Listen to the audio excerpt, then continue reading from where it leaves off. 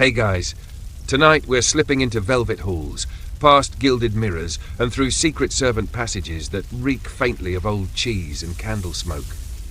You're not a noble, not a guest, not even a visiting artisan. No, tonight you're a servant at the Palace of Versailles. Not the kind who polishes a vase now and then. You're the kind that lives in a broom closet, shares a chamber pot with 3 other people, and gets yelled at for not bowing properly to someone's dog. The marble shines, the fountains sparkle, and the chandeliers twinkle. But none of that is for you. You're here to make the magic happen, silently, invisibly, and without the luxury of rest, recognition, or even a hot meal most days. If you make a mistake, someone might throw their wig at you. If you do your job perfectly, no one notices you exist. You probably won't survive this. So, before you get comfortable, take a moment to like the video and subscribe, but only if you genuinely enjoy what I do here.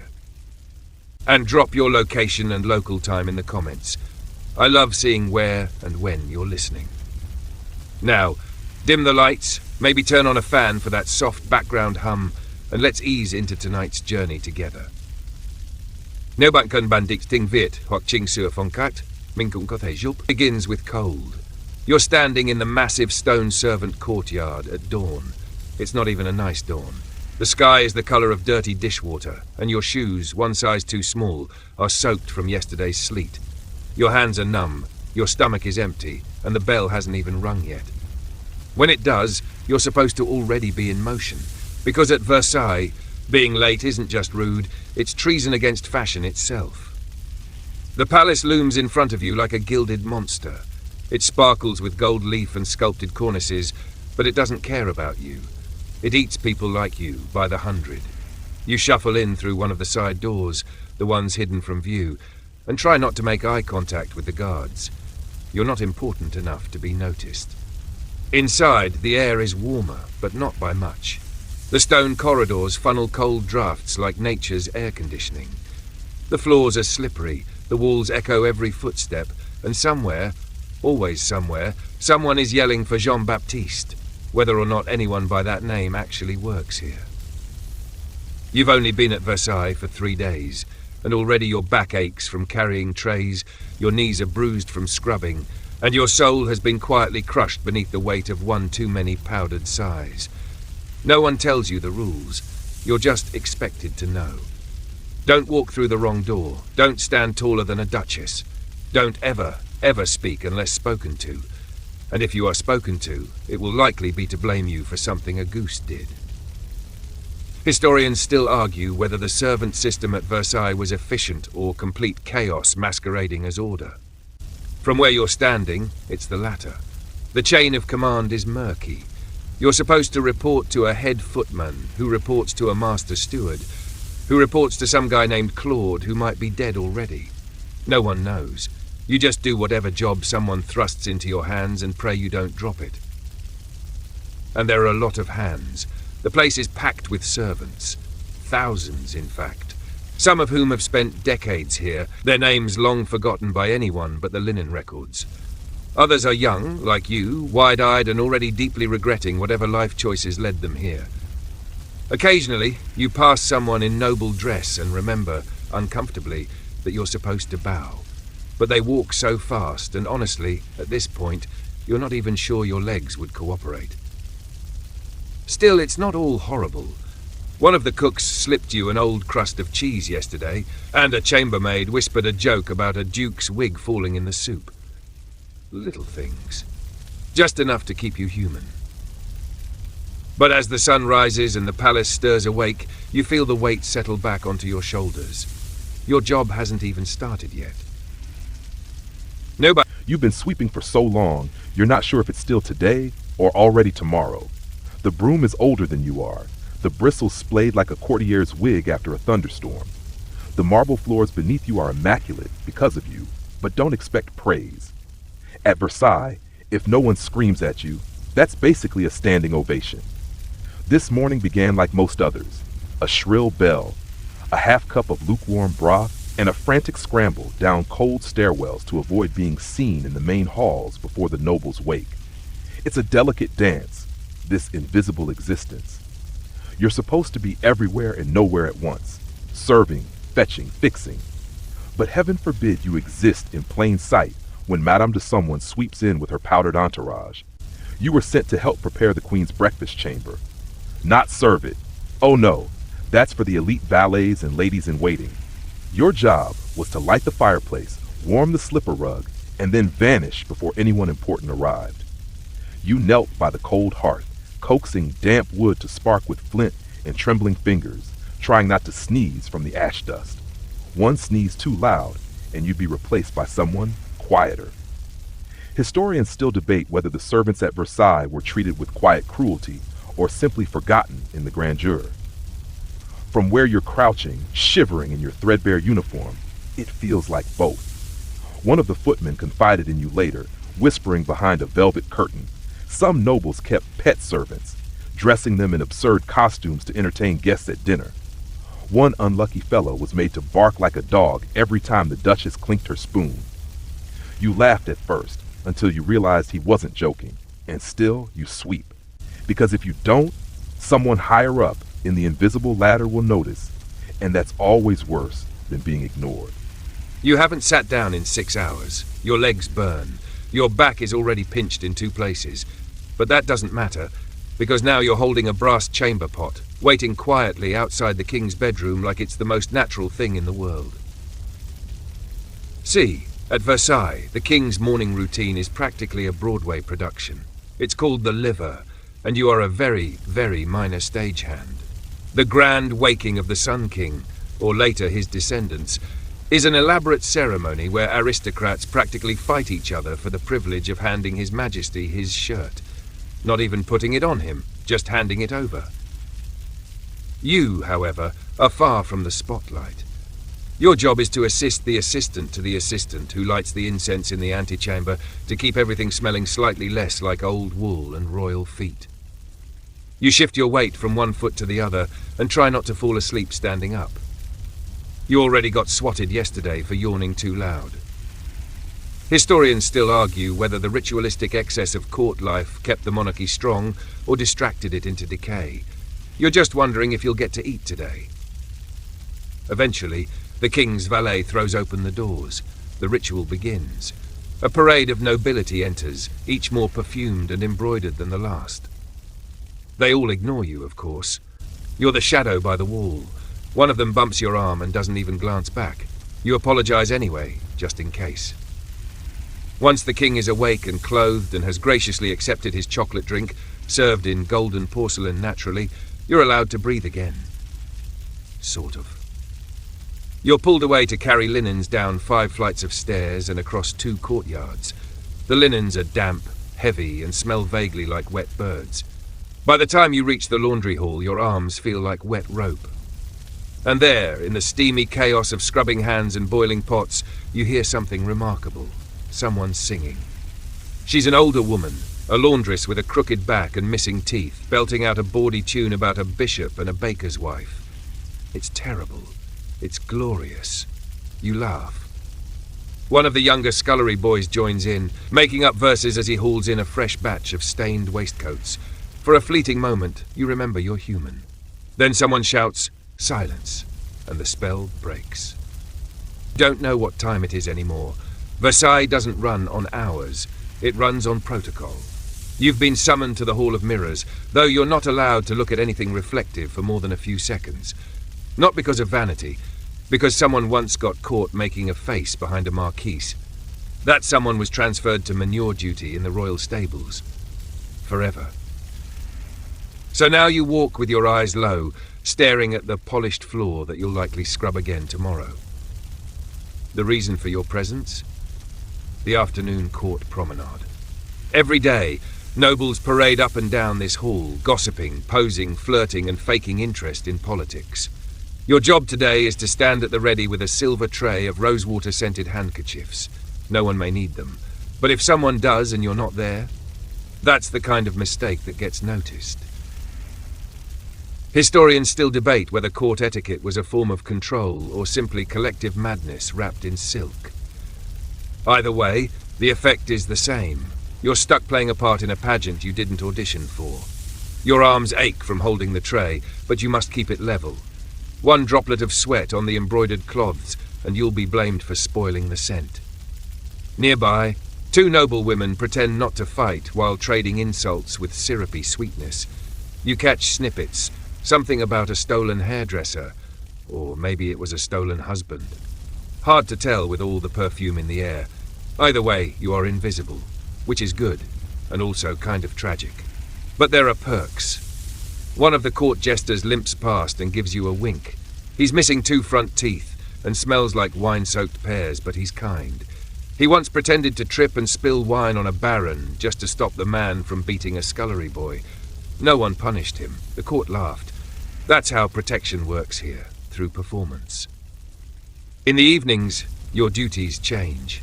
Tonight, you're helping prepare a chamber for a visiting noble. That means fluffing pillows filled with goose feathers, placing dried lavender in porcelain bowls, and arranging a bowl of fresh apples. Not for eating, just display. Versailles loves appearances.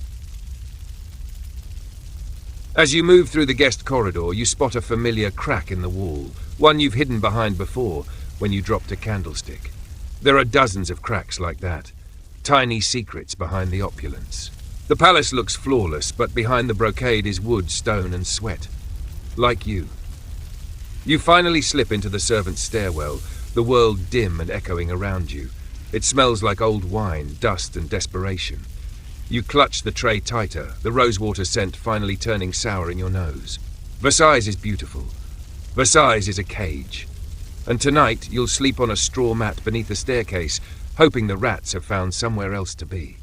Nếu bạn cần bản dịch tiếng Việt hoặc muốn viết tiếp phần sau như thể bạn đang sống tiếp trong thế giới ấy. Wake before the sun, again. Not that you ever really sleep. Not deeply. Not here.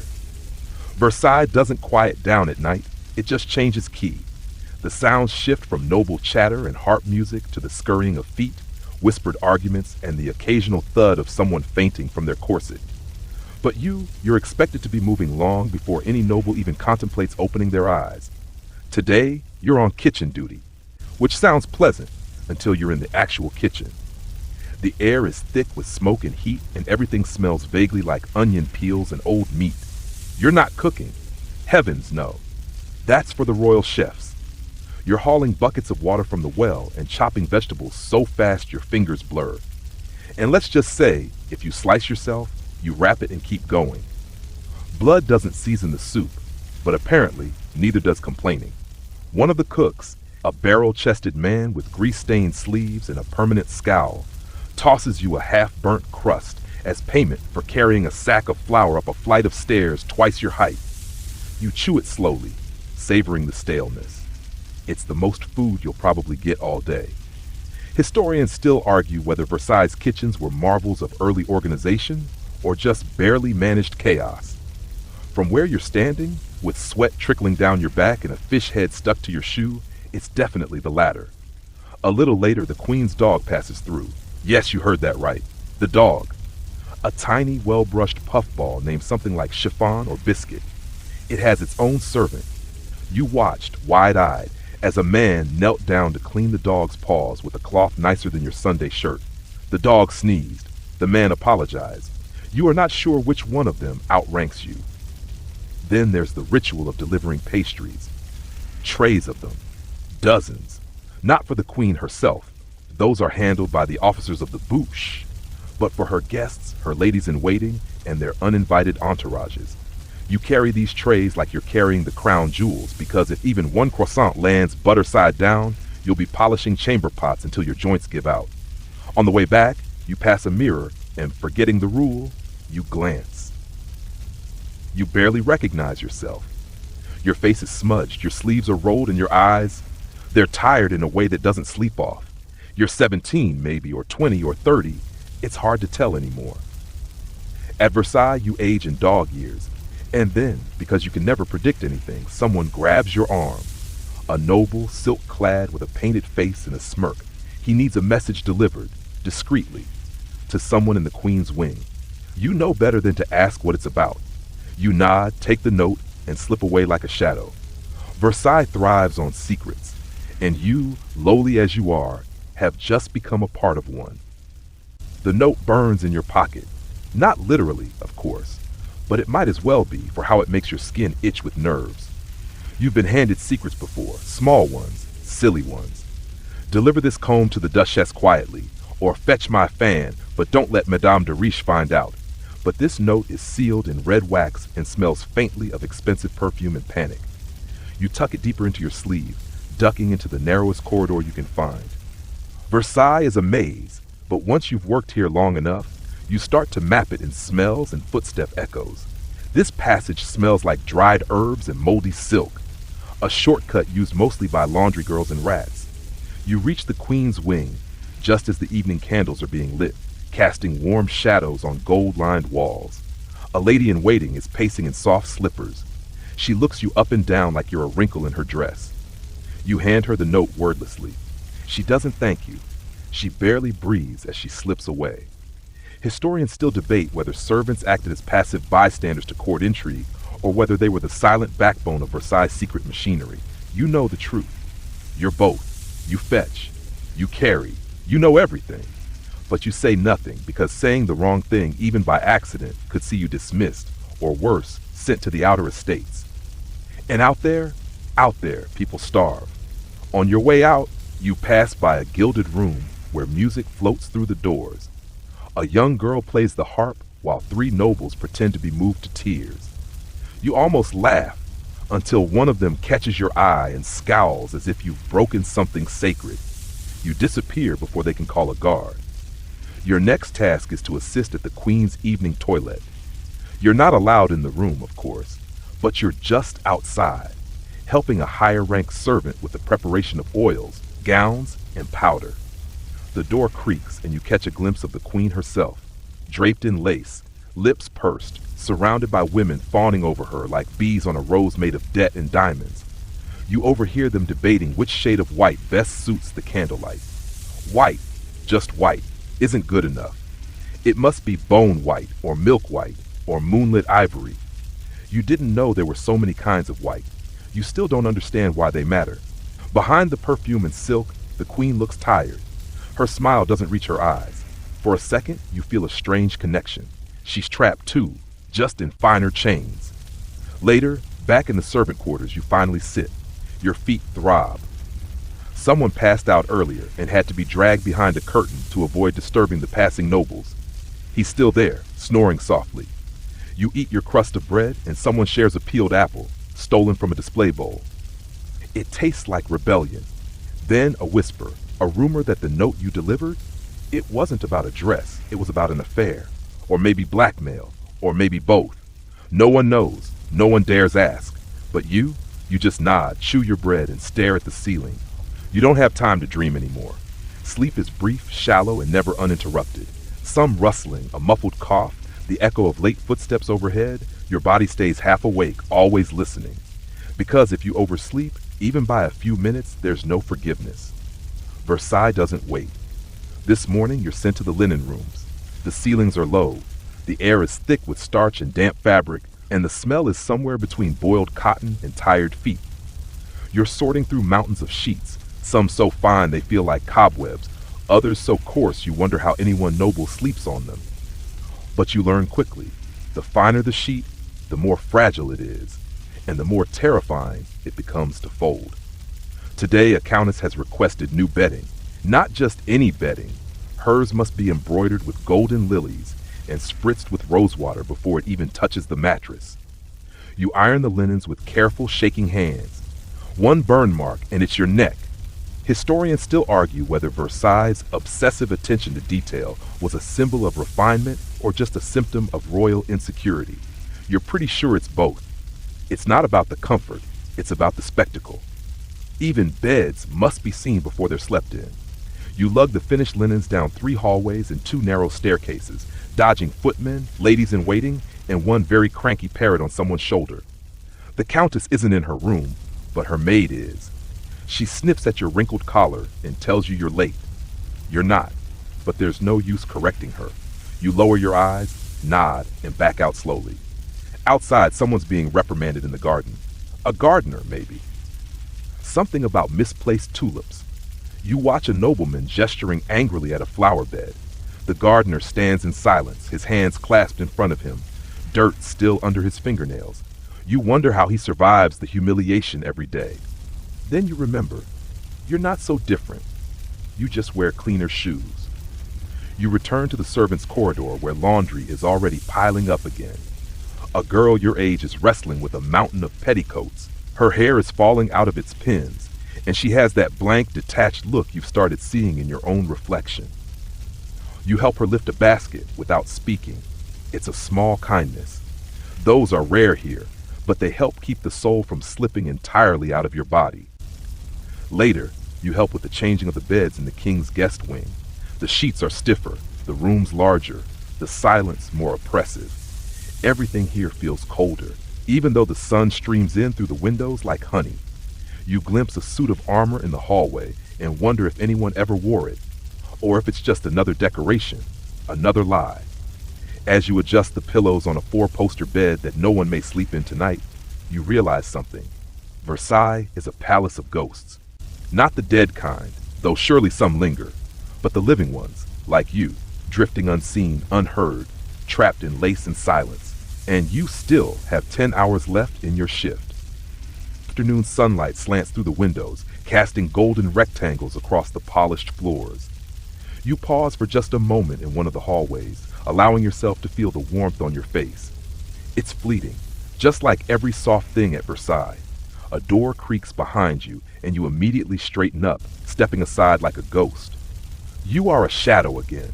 You've been assigned to help with an event tonight, a banquet. Not just any banquet, of course, but one thrown in honor of some visiting noble whose name you weren't told and wouldn't dare try to pronounce even if you were. All you know is that everything must shine, every plate must gleam, every goblet must sparkle, and not a single candle may flicker too weakly. They give you a cloth and a bucket, and you begin polishing cutlery that costs more than a year of your wages. Forks with jeweled handles, spoons engraved with royal crests. You clean them like relics, knowing full well they'll be tossed into greasy dishwater the moment the feast is done. Historians still debate whether these feasts served a true diplomatic purpose or were simply theatrical flexes of wealth. You don't need a textbook to know. It's all about appearances. Versailles doesn't breathe without being watched. By mid-afternoon, the ballroom is buzzing. Florists arrive with armfuls of blooms, roses, lilies, violets, and they bark at you to move faster as you haul in vases and buckets of water. The smell is overpowering, syrupy sweet and cloying. You sneeze once and earn a glare sharp enough to draw blood. As the guests begin to arrive, you are hidden, tucked behind curtains, shoved into alcoves. Servants are never meant to be seen unless summoned. You watch from behind the velvet as powdered wigs float past and silk gowns rustle like whispers. Someone laughs too loudly. Someone else flirts openly with a duchess who isn't his wife. You've stopped keeping track of who belongs to whom. At Versailles, fidelity is more costume than vow. You're pulled into motion when a wine spill disrupts the perfect flow of the evening. A goblet has tipped, leaving a dark stain on an embroidered table runner. You blot it with salt and vinegar, praying the fabric doesn't fade. The noble who spilled it is too busy giggling to notice your hands trembling. And then, the entertainment begins. Music from violins, the rise of a harpsichord, a singer whose voice floats like perfume. You listen from the shadows, momentarily stilled. It's beautiful, haunting, almost enough to forget the ache in your knees. Almost. One of the nobles collapses from drinking too much wine too quickly. Everyone laughs. No one helps. You're the one who lifts his feet and drags him off the silk carpet. You hope he remembers nothing. You know he'll remember nothing. As the evening winds down, the guests slip into other rooms, some to gamble, some to gossip, some to disappear into each other. You begin cleaning while their laughter still echoes, picking up discarded gloves, collecting half-eaten tarts. Someone left a ring in a teacup.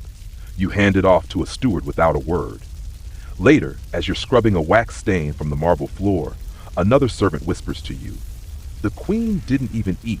She just pushed the food around and smiled." You nod.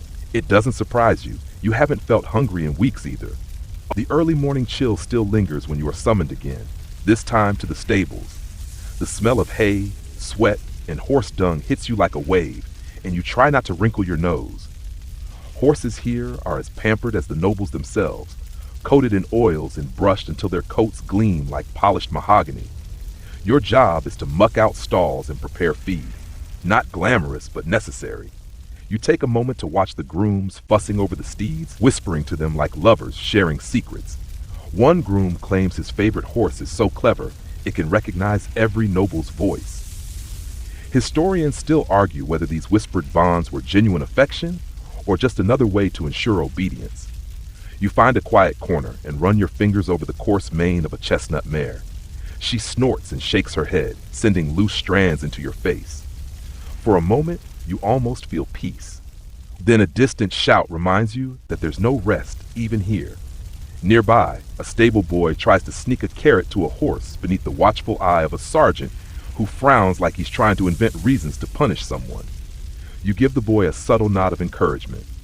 Acts of kindness are rare and precious in this palace of power. As you sweep, you overhear talk of the king's latest obsession, a new horse for his personal riding stable, imported from distant lands. Exotic animals are symbols here, and horses no exception. The king spares no expense. Rumor has it that this new steed costs more than an entire servant family's yearly wage. You wonder if the horse knows its worth so much. Later, you assist with harnessing carriages. The leather straps smell of tanned hides and sweat. The weight of the reins feels heavy in your hands, even though you know you won't be the one driving. Servants rarely do. As you lead a horse to the carriage, the sun peeks out fully, flooding the courtyard with light and turning everything golden. You catch a glimpse of the king himself, mounting a splendid black stallion. His posture is regal, his expression unreadable. You realize no one truly knows what he's thinking beneath that powdered wig and sculpted smile. Back inside, you're handed a bucket of water and told to wash down the carriage wheels. As the muddy water sloshes over the stone courtyard, you wonder how many wheels have rolled over lives like yours, trampled without notice, pushed along for the sake of others' grandeur. The day drags on, but you cling to small moments of quiet. A horse's nuzzle, the breeze through the courtyard, the distant laughter of children playing in a corner of the estate no servant is allowed to visit. It's these moments that remind you why you keep going. Not for the glory, not for the jewels, but for the briefest flickers of life beneath the endless glitter. As dusk settles, the palace transforms into a dim labyrinth of shadows and flickering candles. You trudge back to the kitchens, where the air is thick with the smell of roasting meat, burnt crusts, and the faintest hint of lavender from the herbs piled on the counters. The noise here is a chaotic symphony of clattering pots, shouting cooks, and the sharp hiss of boiling water. It's a world away from the polished halls, yet just as unforgiving. You're assigned to peel potatoes, a task both mundane and endless. Your fingers ache as you work, but you know better than to complain. The kitchen is a battlefield where a single mistake means scolding or worse. Your knife slips once, barely nicking your thumb. You curse softly, grateful no one heard. While you work, overheard gossip fills the air. There's talk of the king's new mistress, a young woman who arrived from some distant province. She's said to have eyes like storm clouds and a smile that can melt the coldest heart or the sharpest knife. Historians still argue whether royal mistresses held genuine power or were merely pawns in the grand court game. You suspect it's a bit of both. Between peeling and chopping, you catch sight of the head cook barking orders with the intensity of a general. His booming voice fills the room, demanding perfection in every dish. Behind his stern facade, you glimpse a flicker of exhaustion. You wonder if even he dreams of escaping the endless grind. A kitchen boy bursts in, breathless with a message. The queen has requested a special dessert for tonight's supper.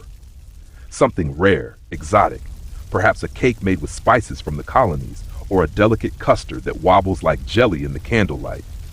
The kitchen erupts into a frenzy as cooks scramble to find ingredients.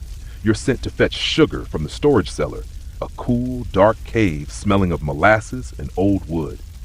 As you carry the heavy sack upstairs, your muscles protest, but the thought of the queen's indifferent smile keeps you moving. Back in the kitchen, you watch the pastry chefs roll dough and pipe cream with almost artistic precision. It's a rare moment of beauty in your day. You wonder if these desserts ever taste as good as they look, or if they're just for show, like everything else here. As night deepens, the kitchen quiets down. You wash pots and sweep floors, the echoes of the day fading into a gentle hum. Your thoughts drift. What is it like to be the queen, sipping sweet wine while others peel potatoes? Does she feel trapped too?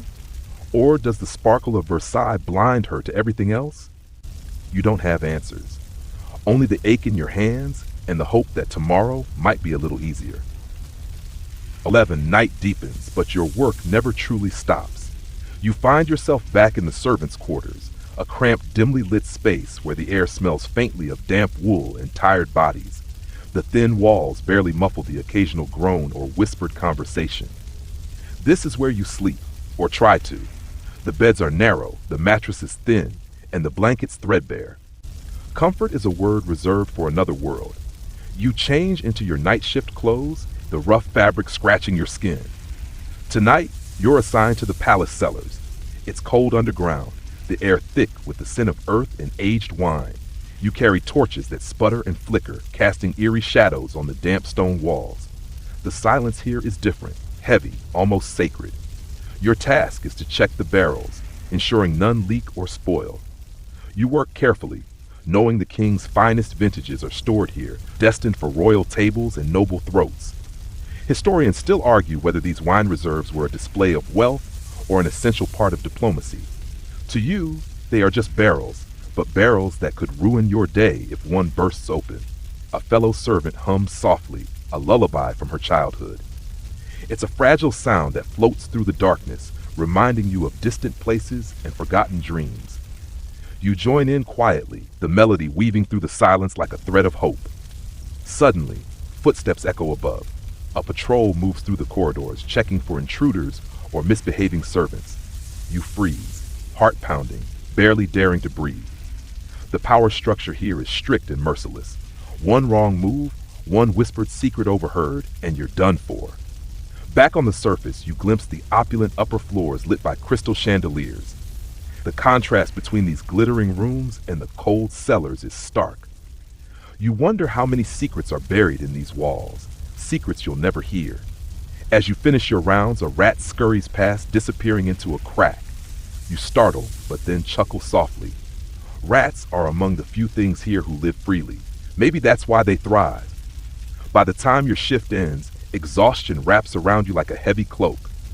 You stumble back to the servants' quarters, aching in every muscle, craving rest, but knowing the morning will come too soon.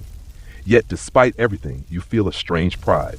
You are part of this place, invisible but indispensable, a shadow in the palace's grand story, gray and quiet, as if Versailles itself is holding its breath.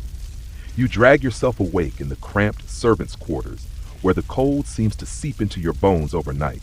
Your back protests as you fold your threadbare blanket and prepare for another day lost in endless service. Today's task is to clean the royal chambers, the very rooms where the king and queen sleep, dream, and scheme. You are handed feather dusters and cloths, tools to polish the invisible line between order and chaos. Every surface must gleam, every tapestry must hang straight, every candle stub must be replaced. The queen's boudoir is especially demanding, a riot of silks, perfumes, and delicate porcelain figurines that seem one wrong move away from shattering. You carefully dust a gilded mirror, catching a glimpse of yourself reflected back. Your eyes are tired but alert, tracing the ornate carvings. Servants like you are rarely allowed to linger here. You move quickly, knowing that being seen too often could be seen as overstepping your place. Historians still argue whether the strict segregation between servants and nobility was truly necessary or simply a way to maintain control through fear and distance.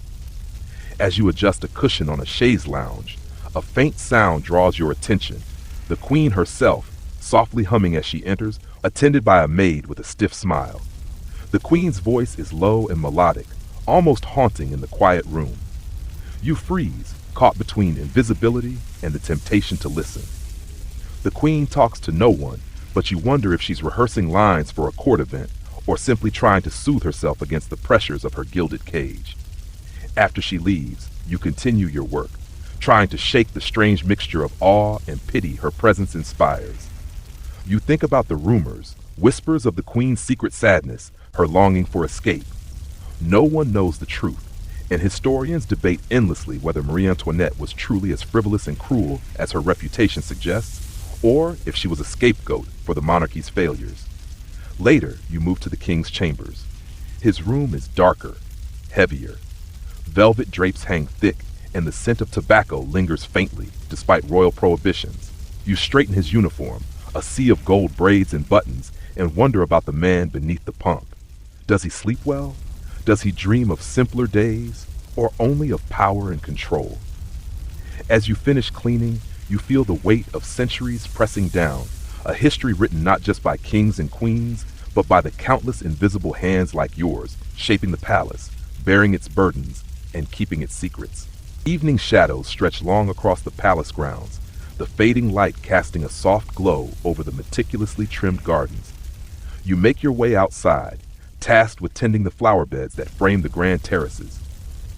It's a rare moment to breathe fresh air, though the scent of crushed petals and damp earth only reminds you how fragile beauty is here, easily trampled or tossed aside.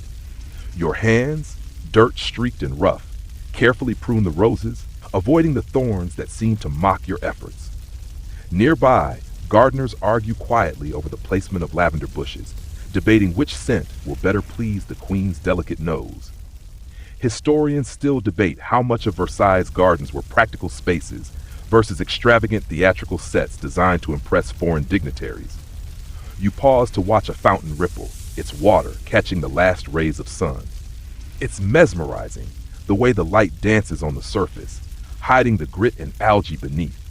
You think of the guests who stroll these paths in silken shoes, oblivious to the sweat and dirt that keep everything pristine. Suddenly, a butterfly flits past, landing briefly on a marigold. You smile at this tiny, unpredictable burst of life amid the palace's rigid order. Sometimes you imagine yourself as that butterfly, free, fleeting, and unnoticed. Your peaceful moment is shattered by a sharp call from a head gardener, demanding more speed and precision. The endless pursuit of perfection never pauses. You get back to work, trimming and watering, your thoughts drifting to the servants' gossip about a secret passage rumored to run beneath the gardens. Some say it was used by lovers to meet unseen. Others whisper it hides darker secrets. Whether true or legend, no one outside the palace walls knows for sure. As dusk falls, you join the others to watch the sunset, the sky bleeding pinks and purples. The grandeur of Versailles feels both distant and immediate, a place where power and beauty coexist with exhaustion and invisibility. You wipe your brow and prepare to return indoors, carrying the garden's fleeting tranquility with you, knowing tomorrow will demand the same relentless care, the same quiet servitude. The night air feels cooler as you're tasked with lighting the many candles that illuminate the palace halls after dark. You move carefully, carrying a lit taper, the flickering flame casting long, dancing shadows on the tapestry-lined walls. The scent of melting wax mingles with faint traces of perfume and aged wood, creating a heady atmosphere that feels almost magical. And yet, you know it's all just a stage for the evening's dramas.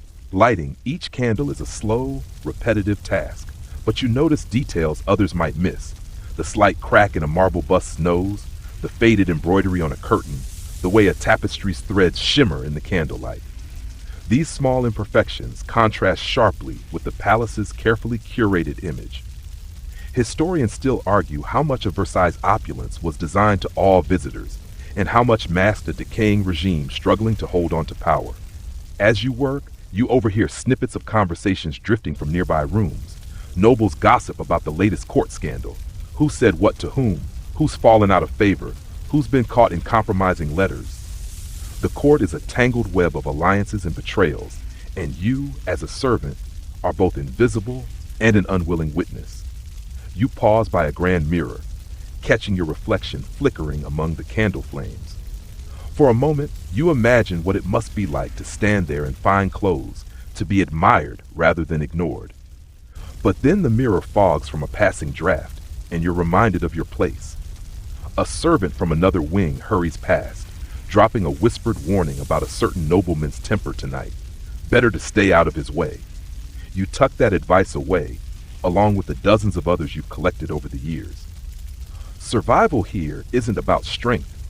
It's about knowing when to be seen and when to vanish. The last candles are lit, and the palace seems to hold its breath, glowing softly in the night. You step back, feeling the familiar mix of pride and exhaustion. Your work keeps this grand world alive, even if you'll never be part of its glittering center. The echo of footsteps fades, replaced by the gentle murmur of night. Outside, the gardens rustle, and somewhere a nightingale sings, a sweet, fleeting sound that reminds you that beauty persists, even in servitude. The palace quiets as the night deepens, and you find yourself alone in the vast corridors, footsteps echoing softly against marble floors. The grandeur of Versailles feels distant now. Just cold walls and fading echoes of laughter, whispers and footsteps long gone. You trudge along, muscles aching, the weight of the day pressing on your shoulders like a heavy cloak. Your final duties call you to secure the windows, draw the heavy curtains, and make sure every candle is safely extinguished. Each flicker you snuff out feels like a small death, a surrender to the darkness creeping in. The silence that follows is almost deafening, a reminder that beneath the sparkle and gilding, the palace breathes and sleeps just like you, tired, vulnerable, waiting for dawn. You pause by a small, hidden alcove, one of those secret spots where servants sometimes steal moments to catch their breath or share a quiet word.